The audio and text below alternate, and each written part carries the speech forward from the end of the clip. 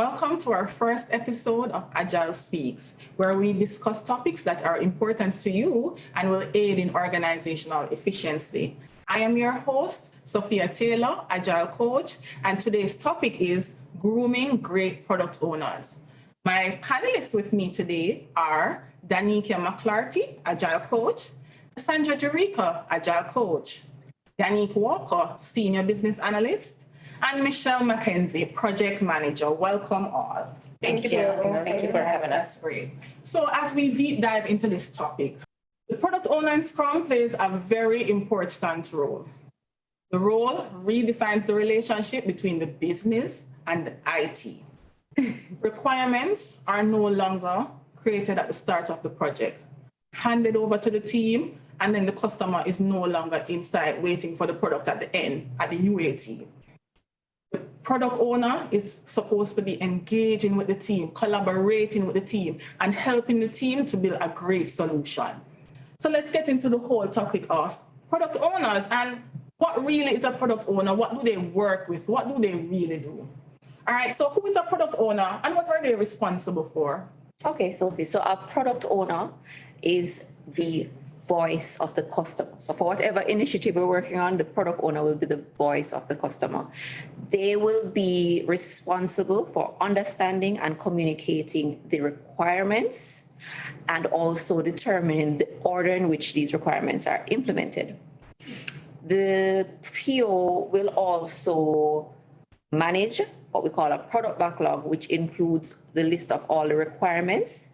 And in grooming the backlog, they will add new requirements, they will refine existing requirements, and very importantly, they need to prioritize all the requirements to ensure that the most valuable and important requirements are being worked on first at any point in time. So essentially, the PO will ensure that the customer is given value at the end of the day from the product being developed. Okay, so you speak of a product backlog, and this product backlog is basically the requirements document, right? So how would a team know when the requirements have been completed? Very good, Sophie. In other words, how would a team know it has been accepted? These requirements are accepted, right? And so Agile says, hey, let's call these acceptance criteria. So we ask, what is an acceptance criteria? Well, it's a set of business rules or conditions that a software product must meet in order to satisfy the customer, the user. Right? We want to make sure that these acceptance criteria, they're testable, they're concise, they're clear. The team really needs this, right? Here's a simple example of this. A form, as a user, I should not be able to complete this form or submit this form rather until I have entered all the mandatory fields. So there I'm stipulating what is it I need in order to satisfy the customer, right? So this really helps us to build the right product and a great product. Yeah. All right, so what does one need to be a successful product owner?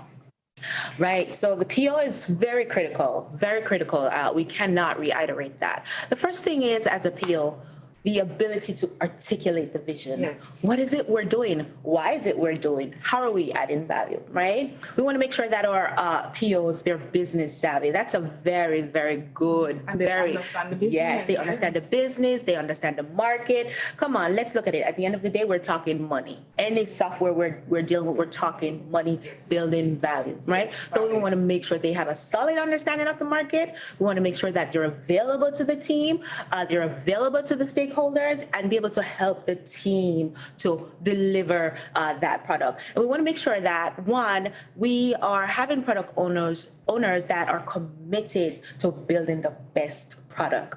And lastly, Sophie, good communication skills. Yes, essential. very important. Very essential.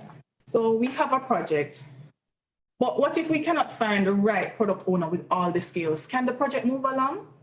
Okay, so good question, Sophie. We have something called a proxy product owner. And here at eGov, we ask our business analysts to play the role of the proxy PO on projects where the PO don't have all those skills that Danica just mentioned in order for the project to be successful. So the BA would actually guide the product owner through all the activities required, and they will help them with any deliverables and so on. However, They cannot make any decision on behalf of the product owner. The product owner is still the voice of the customer. Yes. And any final decisions that need to be made has to come from the product owner. Indeed. I agree. Do we all agree? Oh, yes, definitely. Yes, the product owner still needs to make critical decisions. Yes. All right. So, Michelle, while leading projects, what do you see lacking with the product owners that you work with personally? Okay, so as was mentioned before, the product owner is the voice of the product. So you want to ensure that you have a product owner that's knowledgeable of the product and the domain in which the product is being built. The product owner should be available to the team to guide the team in whatever product is being developed as well. Let me not say most, quite a bit of our product owners don't have the time to dedicate to the team that is needed. It could be because of competing priorities with their primary job. Who knows? Yes. The product owner should also be able to make decisions, critical decisions. Some product owners aren't equipped with that power to make some of the decisions that need to be made for the project to progress. So you find them having to call somebody else to say, can I do this? Yes. Well, it might be holding up the project team. Waiting on decisions. Right, Yes. waiting on decisions from the top. Another thing is some of them, there are some technical gaps and skills in. So the product owner is supposed to be maintaining the backlog, creating and maintaining the backlog. Yes. But there's that technical gap in some of them. So this is where now we see our BAs Yes. coming in and leading on that part of the project. In most, if not all cases here in Eagle, we see where the BA is the one that actually creates the backlog, manages the backlog, orders a story for the product owner because the product owner probably doesn't have the skill. Yeah. But some of them just don't want to, but Yes. So Michelle, when you say order, you mean based on the priority given by the product owner. Okay. Yeah, I agree 100%. Okay, great. So Yannick, as a proxy PO, because you are a senior business analyst here, what skills have you found that help you to perform well in this role as a proxy PO? All right, the skills I found for this proxy PO role, backlog management is very important because the backlog is all the requirements for the application, right? So being able to prioritize the backlog in conjunction with the PO, of course. You might, in prioritizing, you may see where there are dependencies, right? So you kind of just prioritize, like, oh, I need this feature first, then this feature, etc. You have to look at what needs to be done first before something else can be done, right? So that is one skill. Another skill is in terms of creating diagrams for the user stories that are there, right? Because this helps the developer to visualize what is to be built. Yes. And I mentioned user stories. That's another critical skill. Yes. Being able to write a user story because it's not just as easy as it sounds, right? Because there are certain components to a user story, right? Other soft skills, I would say collaboration. I'm basically a link between the team and the PO, which represents the business, right? So being able to, speak two languages, right? So elicitation. Right. Or sometimes elicitation in terms of getting the requirements. right? Because the PO may be able to just say something what he wants, but it's You not have to really get everybody's, all the giving everything, stakeholders, right? right? So I have to know how to flesh out exactly what it is our requirement should reflect. And so those are some skills I found that are important as a proxy PO. Great. So what are some of the challenges you face and how do you overcome them? Or have you overcome them? Right. Okay, so one of the main challenge is that we spoke about I think Michelle spoke about the PO being available, no, it's not available, being able to make decisions. Right. So as you know, the proxy PO, me as a proxy PO, I can't make this decisions. I still have to rely on the PO. Right. So in certain instances, that takes up a lot of time. Yes. Right? And in Agile, I don't want to be sitting down waiting. Yes. Right? So that's one. The PO being able to make a decision without going to the sponsor for to see what exactly should be done, Yeah. right? Another challenge is availability or Yes. no, Time. I don't want to say availability.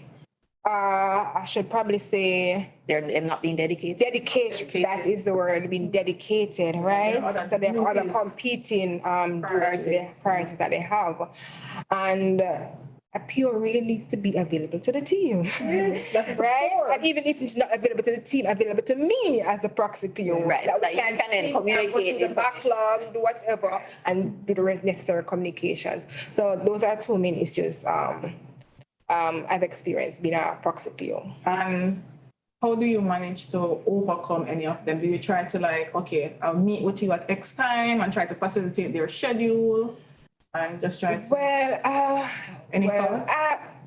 on my current project, what I've realized that the more experience you have, the more you are able to make a decision and then bring it to the PO. So Okay. I found that I said tested to the team. You know what? I think the PO will go with this. And then while they're, probably doing a discussion and going to make the implementation, I quickly try and grab the PO and said, we are going to make this because do this because of this. What do you think? Okay. Right? Instead of On your waiting. experience. Right, based on my experience, right? Knowing the PO. level of the PO, Yes. who And understanding the requirements. Right, understanding the requirements, right? So that's one way I've overcome. Okay. So team, as we identify the many challenges, what do we believe are some remedial actions that can be taken to help POs better function in their role? What can we do? What can be done? Well, of course, training is something that we can do. So as Agile coaches, we do some training at the beginning of projects. And the BA, being the proxy PO, I believe it was one of the things we implemented that significantly assisted in that area as well. Another big thing I think is that we're not choosing the right PO sometimes. So that can affect the time for decisions to be made. Yes, they have to, no matter who it is, they have to consult with other stakeholders, but sometimes they really just don't have the decision-making power. And then that will now delay the progress of the team.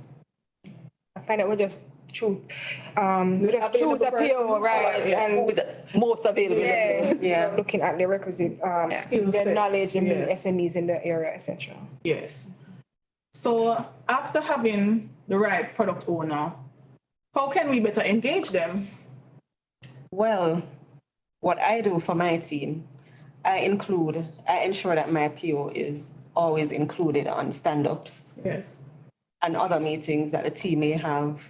We also have team building activities that the PO can be a part of, have them better integrate with the team as a whole, get everybody comfortable in communicating with each other.